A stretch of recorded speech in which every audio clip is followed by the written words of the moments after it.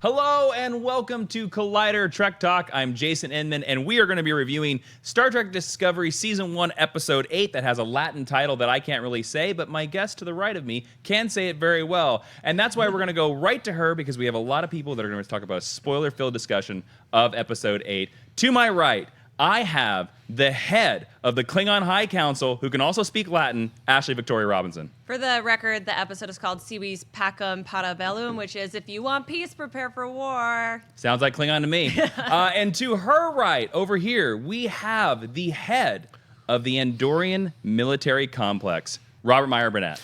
Well, you know, it's great to be here, and I want to point out that one of my favorite Star Trek novelists, Kirsten Beyer, has a single credit as the writer of this episode, just like Diane Duane had a credit back in the first season of TNG. Diane Duane's another great Star Trek novelist who wrote Where No One Has Gone Before, which is one of the good episodes of the first season. So kudos to Kirsten Beyer, and read her Voyager novels because they're fantastic. Does she have a good one that you'd like to shout out?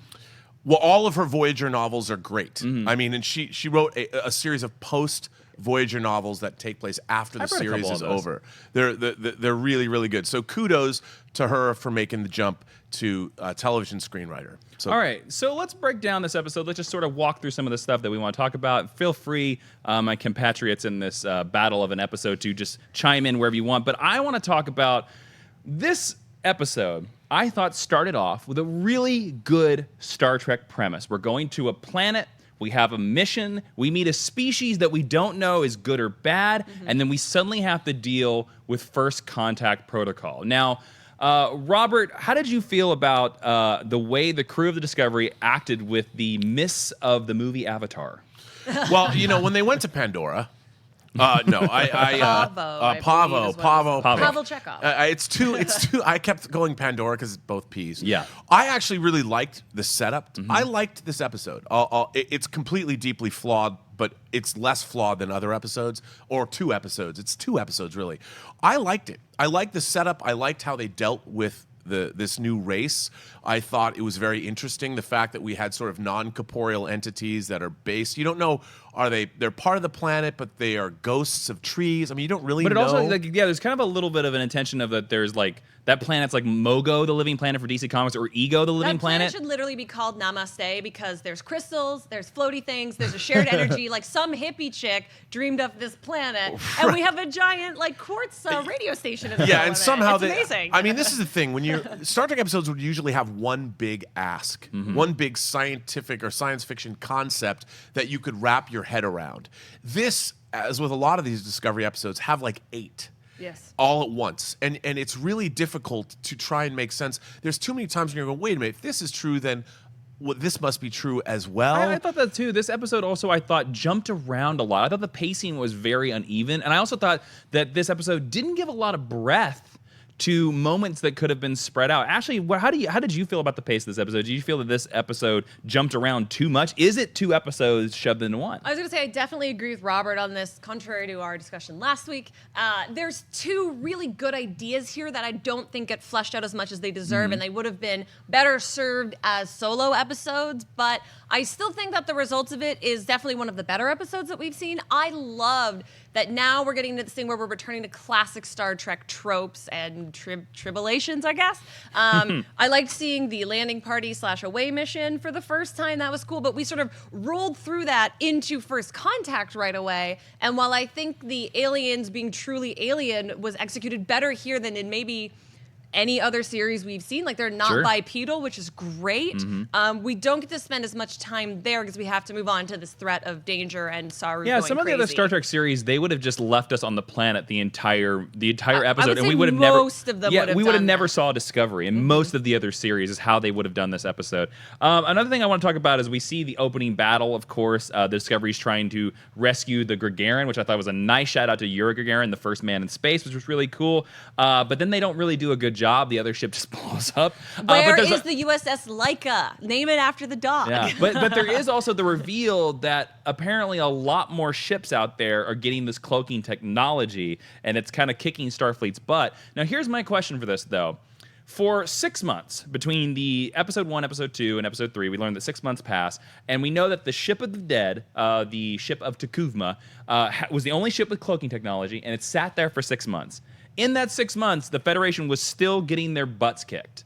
Now, what changed? They're still getting the cloaking technology really hasn't changed the war that much. Like, it seems like they just got the cloaking technology last week.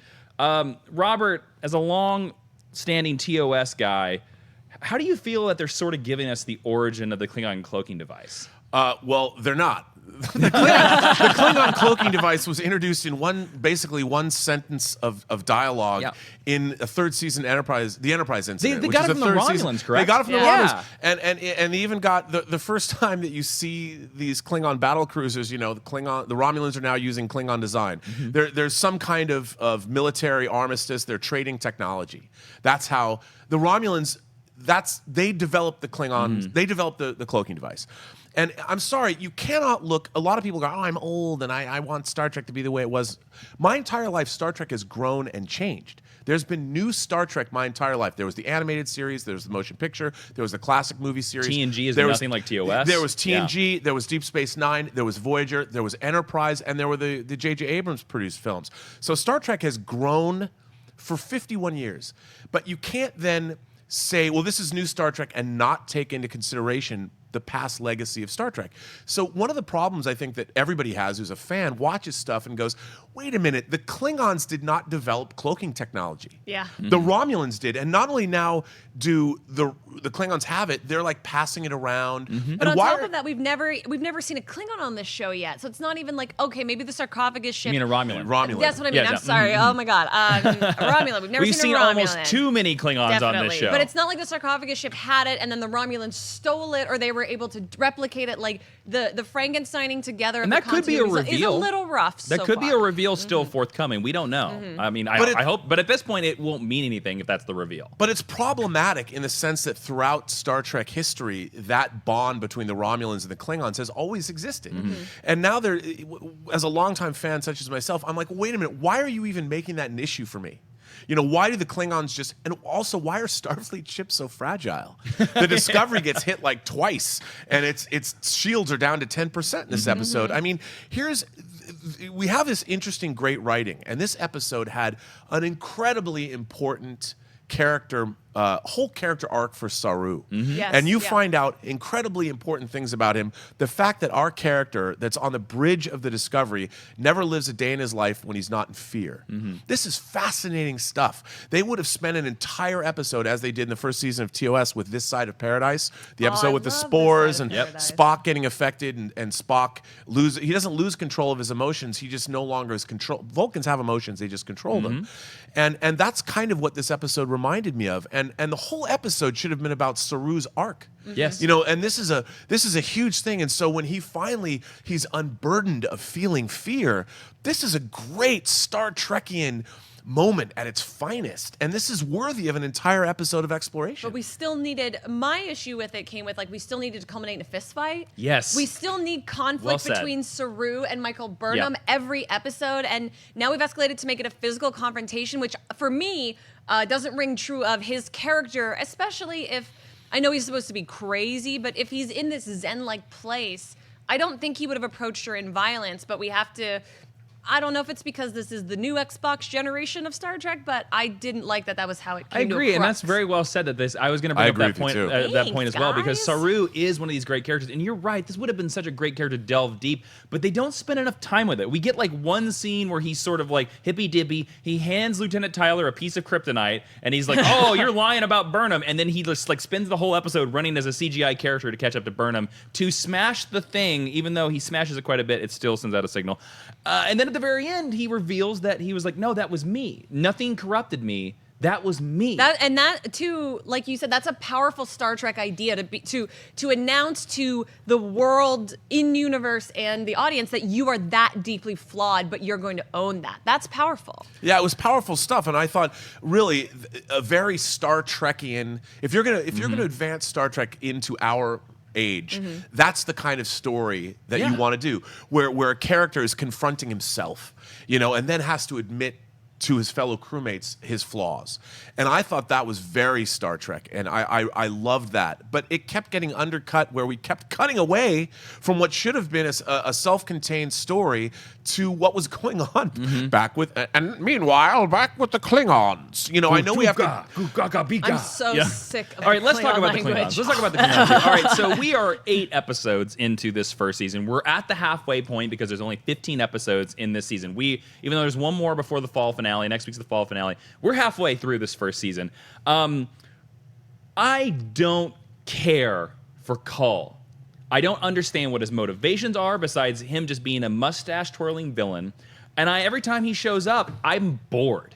I'm just so tired of that Klingon ship. At least with T'Kuvma, you got the idea. We understood that he was very much like, I think the Klingons are not as powerful as they should be. And I'm going to attack the Federation to make my race more powerful. And unite the 24 houses. Cull is just like, I just want to be the boss. And it gets old, and they haven't explained it to. And every time they cut to the Klingon ships now, I hate it, and I don't want to watch it anymore. I'm just like, no, stop cutting to them because it's the least interesting part of your show. Ashley, how do you feel about the Klingons? How do you feel about L'Rell, who got a lot of screen time in this episode as well? So I've never really liked the Klingons in any incarnation ever. I like Worf. That's pretty much where I think we can all put the agree door down Worf on that? is the best Klingon in Star Trek?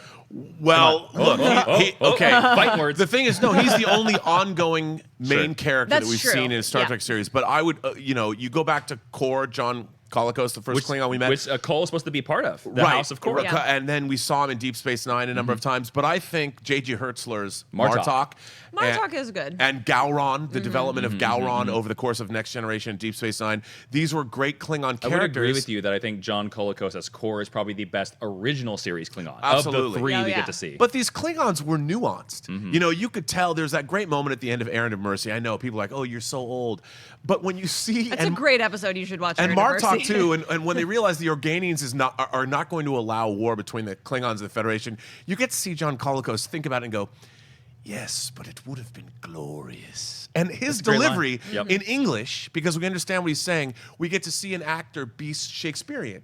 And when people are talking in a fictional language that we can't understand, our enjoyment of them as characters, I think, is diminished. It's because it goes on for more than a couple lines. Like Lord of the Rings, I think, is a great example of a way to include fictional languages, but it's really only for like 3 or 4 lines tops, and then we move back into English or whatever language you're watching the movie in. And I think that's part of the problem. And I like L'Rell. I think the actor is making strong choices. I think she's finally learning how to talk around those teeth and all that prosthetics. I just wish...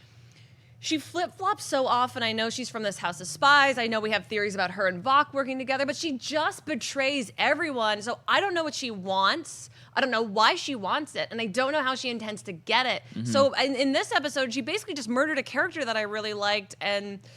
Let's talk about that as well. Let's bring that up. I would love to hear from the whole panel.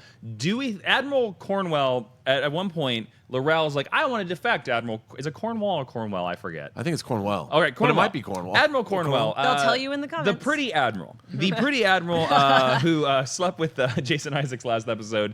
She talks. I mean, wouldn't we all? Sure, I'd go for it. Yes, Captain. So L'Rell wants to defect, and they make a deal, and it seems like L'Rell kills her in front of Cole to save that she was going to defect. Now, there's a little bit of playing around with our expectations here because she pulls L'Rell into this room. I thought she was going to put her in the sarcophagus and resurrect her. That's what I thought. Is Cornwell dead or alive? What do we think? She's probably dead, and I hope that turns out to not be true. But if you look at the scope of the cast, she's one of the more expendable characters that we have. Sure. Because other than her, it's pretty much like Culber or someone on the bridge crew, and we're not going to kill any of those people. But again, when we're so used to seeing great. Look at Game of Thrones and the way they set up and develop characters, even when they're dispatched with such ease. We know who those characters are, and they're not just. The scene between L'Rell and Cornwell was great. Yeah. I loved hearing L'Rell talk, and you're like, wow, this is really interesting. We haven't really seen this before, and I'm thinking this is either true or it's her way of interrogating her. I'm practice, which was great. So when you just see him walking down the hall and they get stopped, and then she gets killed, it seems like, why have we watched this subterfuge, if it's subterfuge, or why have we watched a genuine conversation?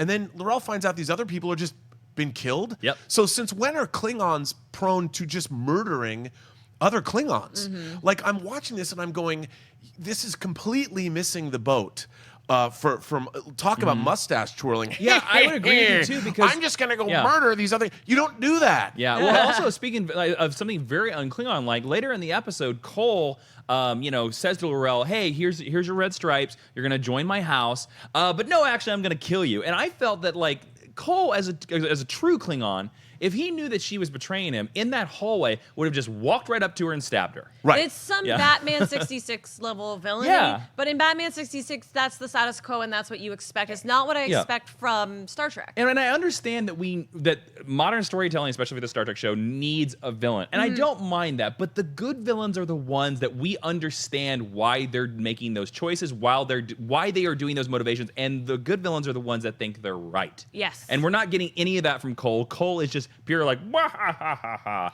ha.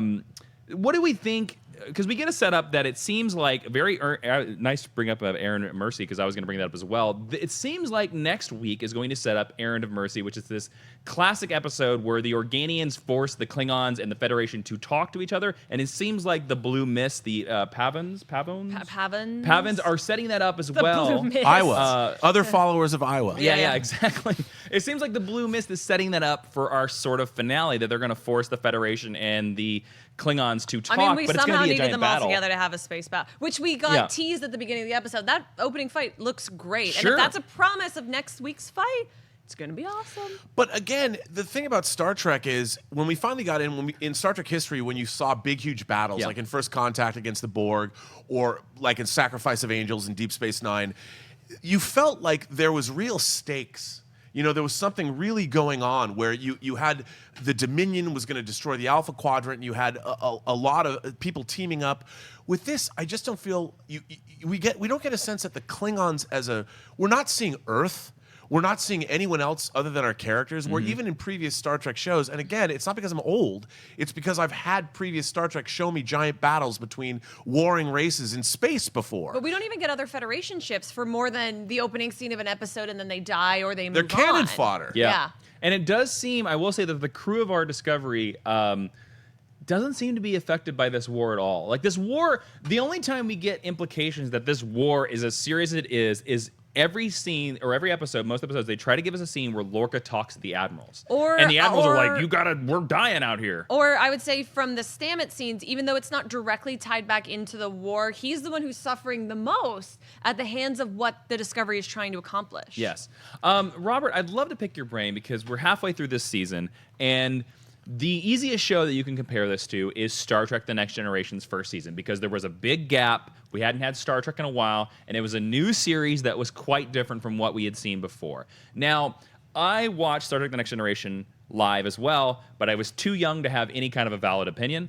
Robert, you were cognizant. Yeah. You were. I believe you were working in the industry at that time, or Not pretty yet. close. I was in college. Okay. I was in college. But way smarter than I was as a youngin. I would love to hear your opinion. How do you see any comparisons between this first season and the first season of Star Trek: The Next Generation? Because that season was not well liked as well. No, I think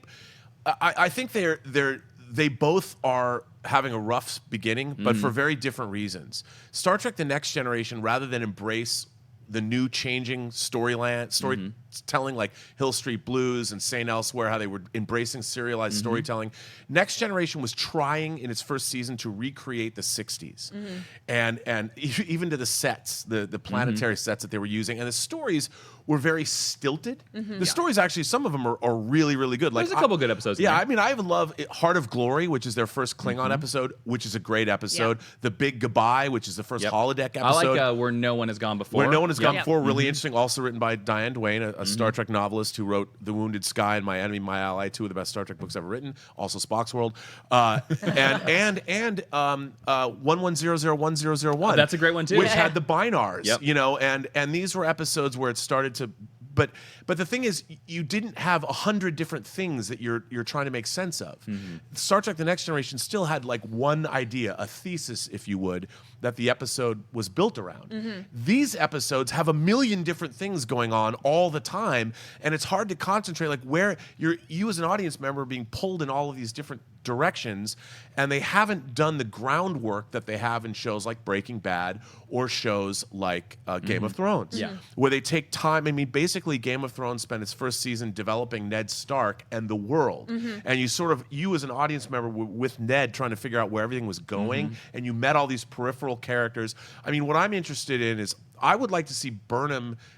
We have Burnham as a main character, but they keep moving away from her and going to different because places. she's the least interesting character on the show. That is true. And I think there's Which too is many. horrible because she's the lead. Yes, I think there's a lot of stuff I like in this show, but it's always I have to temper my enthusiasm because there's always some wacky this planet that we're on now. These people are gonna this alien race that we've never heard of or nobody knew what it was. They have a giant transmitter, and we again like the Klingons, we know nothing of their motivation, so that when Burnham has this weird little speech at the end, like, oh, they want us to get along, they're trying to make us live in harmony, it's not been established enough. And then how the lightning rod works has not been established. So again, big ideas, great concepts in this episode, but not enough technobabble to explain why it's happening. One of Star Trek Discovery's, I think, biggest fault is that there is a lot of stuff that happens for convenience. Yes. There is so many convenient things where it's like, oh, we just happen to get the spore drive to work. Oh, good thing there's an antenna. Oh, it can knock out the cloaking to dry. How does a race that's based on some kind of organic technology, how can their organic technologies just happen to affect cloaking technology? Yeah, I have no idea. And how does that's a leap that actually, like the spore drive and fungus, none of that makes any sense. Yeah, mycelium don't actually work that way, but it sounds cool, and I think that's why a lot of it gets through. And I think on the show you can see the battle scars that have got of pre-production and of the active production of the show. Yeah, and it is an idea. Like again, we bring this up every single week. This show definitely wears its production troubles on its sleeve because it kind of feels like there are 3 different visions of what this show is, and we're trying to shove all of them into the same show because we've paid a lot of money to do so. But in the midst of that, you do get these revelatory moments like the Saru storyline that are really cool, and then you're just like, more of this, and then we go do something else for a minute. And I think that's the reason why we're so critical and passionate about it is because we all 3 are looking at the show, and we can see the magnificence in it, and we can be like, oh, it's so close to being an amazing show, but it doesn't quite cross the line. And that might be the second half of this season. Sorry, Robert. No, I couldn't have said it better. That was a fantastic summation of my feelings because to me, what all classic Star Trek would have done, this Saru episode was a perfect example of what Michael Piller did in the 3rd season of Next Generation.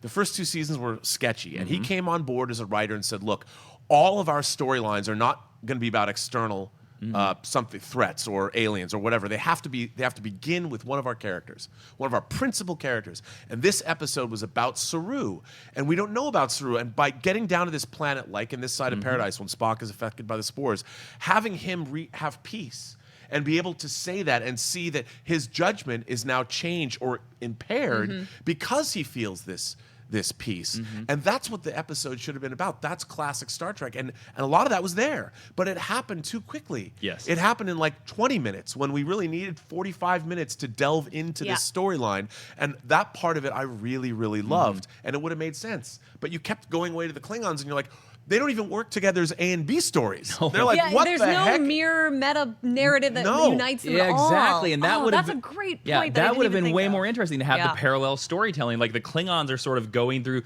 like the Klingons are working on something to take out Discovery at the same time as Discovery is working on something to take out the cloaking device. Yeah. Suddenly the story becomes way more interesting. Star Trek Discovery can hire any of us at any time to join their writing staff. I mean, I would love to be in the writer's room on this show because, as we saw one of the producers say in an interview, we all get together and work on them. Yes, we know. Yeah, we can tell. We know, and everybody gets an idea. All right, so what I'd love to do is, since we have one more episode before we take a 2-month break from Star Trek Discovery, Ashley, I'd love to start with you. What do you think is going to be the big cliffhanger, or where do you think they're going to leave us for 2 months with this series. What I'm really hoping for is we get a return of the Star Trek Christmas special, because that's a real classic from the TOS era. No, really what I think is going to happen is we're either going to be left with, and I'm going to harp on this, we harp on it ever since Jason brought it up, we're either going to be left with the reveal that Vok is Lieutenant Ash Tyler, and hopefully they keep him as a cute human because he's really cute, or I think we're going to be left with, because we did see a lot of Michael Burnham fighting Klingons, are we going to get a tease that she's going to go out the same way that Georgiou went out? And I think we're going to be left with that question. Sure. Robert, what do you think they're going to leave us? Well, again, they teased the Mirror Universe last night. You know, where's the tease? Stamets is talking about, I sometimes feel one way, or I sometimes feel another. I think, as Spock said in Mirror Mirror, in the transporter, apparently some kind of transposition has taken place. I don't think Stamets knows what's happening to him. I don't think he knows by turning on this spore drive where you can be anywhere in the universe or multiverse. He's having some kind of experiences. Like, look, he's only having these experiences while he's inside the chamber.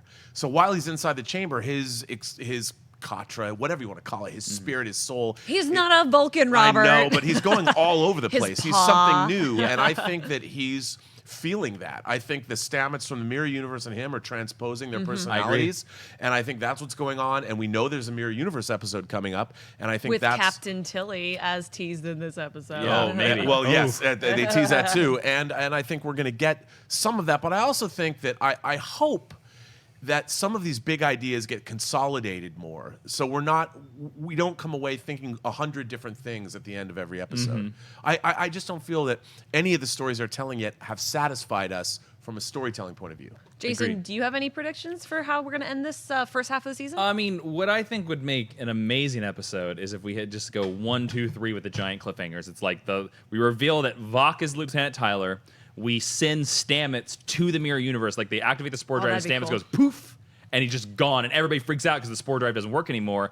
And to be honest with you, I also would really like to see, I think, the Klingons capture Discovery. Like, you see Cole on the bridge of the Discovery, and that's where they leave us. Because, to be honest with you, I'm really worried that they're just going to give us a normal episode, and the episode's just going to stop. Well, and we're just going to be like, oh, 2 months. In the original order, this was the finale, I know. and then we extended it a week. And this would have been a terrible place to leave us for 2 months. It's not. This episode, I still think it was a pretty good episode. I enjoyed a lot of it. Yeah. It's not a season finale. Yeah, it's not a season finale. Mid-season finale. I agree with you. I hope they consolidate, and I hope they go big, and I hope they go bold, and I hope they slap us across the face with some really good Star Trek revelations. And I hope we're excited to come back in January and review this. But again, if this was the mid-season finale as it was originally, we would have came to this being like, wow, I don't know if I want to come back in 2 months. Well, it's interesting too. I mean, again, We're all coming back in 2 months. We are. Let's be clear. We'll be here. we watch. But again, I keep talking about the fact that you can't judge this show in a vacuum. You have 51 years of Star Trek. You've got hundreds of novels, hundreds of ongoing comics and ongoing books that are fantastic.